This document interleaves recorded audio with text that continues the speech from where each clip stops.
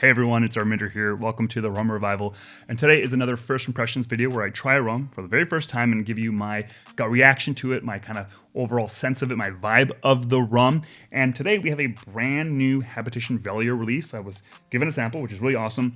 And if you're not familiar, Velier is a bottler out of Italy. They bottle a bunch of different rums from all over the world. And their Habitation Velier line are all pot still rums from distilleries all over the world.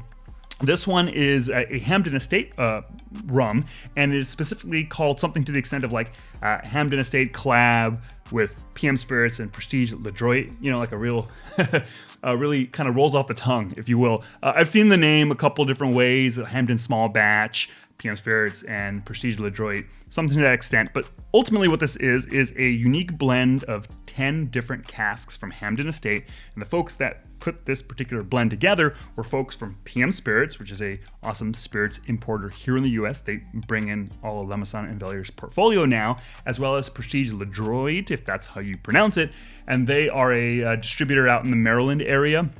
So folks from both of those companies, plus folks from lm&v Velier, went to Jamaica in 2022, I believe, and they tried a bunch of casks and they put together this unique 10 cask blend. So what is it? Well, it's 5 casks of Hampden's LFCH mark, aged 2 years. LFCH is their second lowest rum in terms of ester count.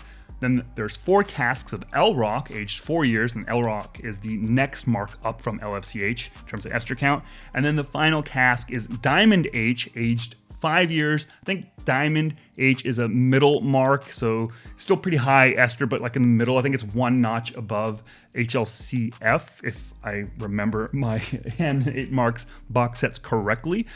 May or may not have that right, but anyways, that's all blended together and bottled at 60% ABV, and that's what we have. And I haven't tried it yet, I haven't smelled it yet, but let it sit in here, let it open up, and let's give it a smell.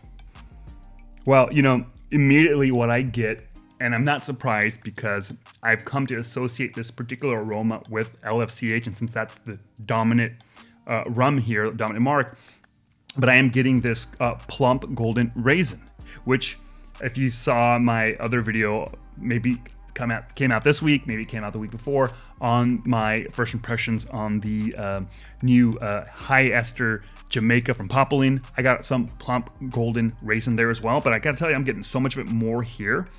Oh yeah, that is awesome. I have come to become a big fan of LFCH. Aged LFCH, first time that I really clocked onto that kind of really plump raisin aroma was in the aged 1 year 8 mark set that came out last year. And man, I'm really getting a lot of that here.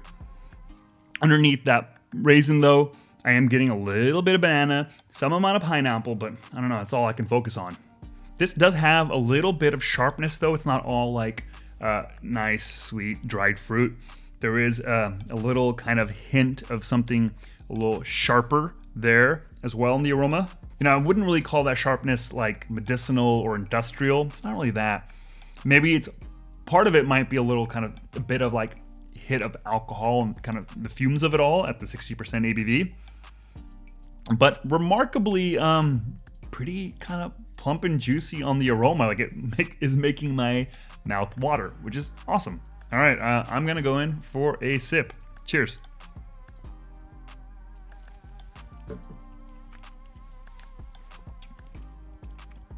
Well, that triggered my heartburn. Awesome. You never know with Hampden's rum. Some of them won't, some of them will.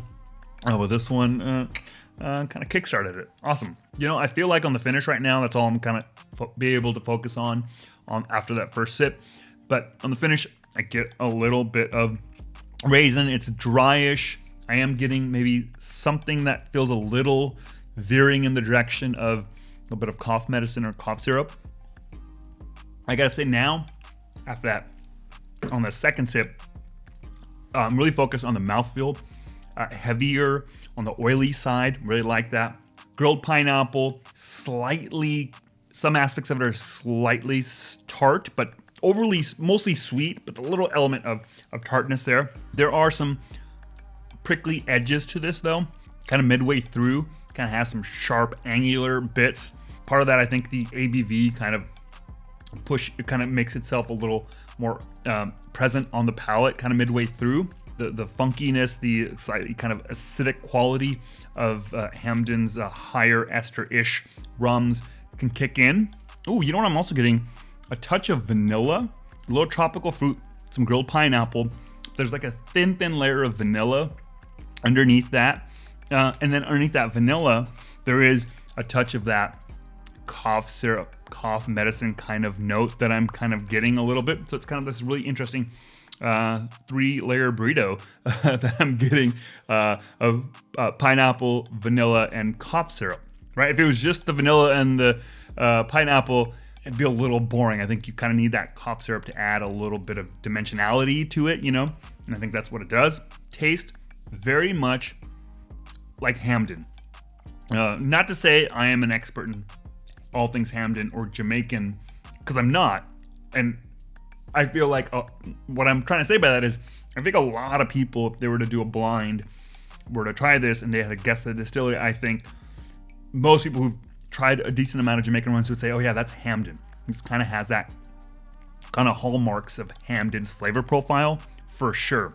I will say though, it's not like a once in a lifetime kind of blend. This feels in the space of something you would try in a Great House release maybe. This could be this year's Great House, and I would be like, yeah, that totally tastes like something I'd expect coming out of the Great House lineup. And in fact, it is kind of reminding me a bit of the last one, which would be 2024, right? Yeah. That one, I believe, correct me if I am wrong, had some amount of LFCH in it. And that had, to me, a lot of that really great raisiny note on the palate. This maybe, no, not even maybe, this definitely has less of that raisin note on the palate. I'd say it's mostly raisin on the aroma more so than it is on the palate. But still, there's a hint of that raisin that made me now think of that Great House release. But yeah, very comparable to all those. So, you know, I think, I don't know how you all feel, but I think generally those Great House releases are like rock solid Hampden blends. And this is exactly that. It's tasty. I like it, but I don't know, based on this, you know, amount I've had, that I'm gonna go rush out and buy the bottle. Like, I feel like I have sort of similar stuff already with the Great Houses, that it's not necessarily gonna add something singular and unique to my collection. But of course, that's the thing with first impressions. These are just kind of in the moment vibes. Maybe tomorrow I'll be really thinking about this rum and suddenly I'll have a craving for it. We shall see. Anyways, that's it for this rum, the Habitation Velier Hampden collab PM Spirits Prestige-Ledroit something like that. If you want to support this channel, check out my Patreon page. I have tons of exclusive content there that you might be interested in. We actually just started a Discord channel, a Discord server recently. So if you want to chat about rum with other rum lovers, then sign up for any one of the tiers, and then you get access to the Discord, and we can all hang out and chat, and it's a fun community. I say that right now, having not actually opened up the server. So in theory, it's a really fun community and a pretty awesome place to hang out, but I don't know yet. I'm really hoping it is. Come and find out. Anyways, that's it for me. Thanks so much for watching, and catch you all next time. Cheers.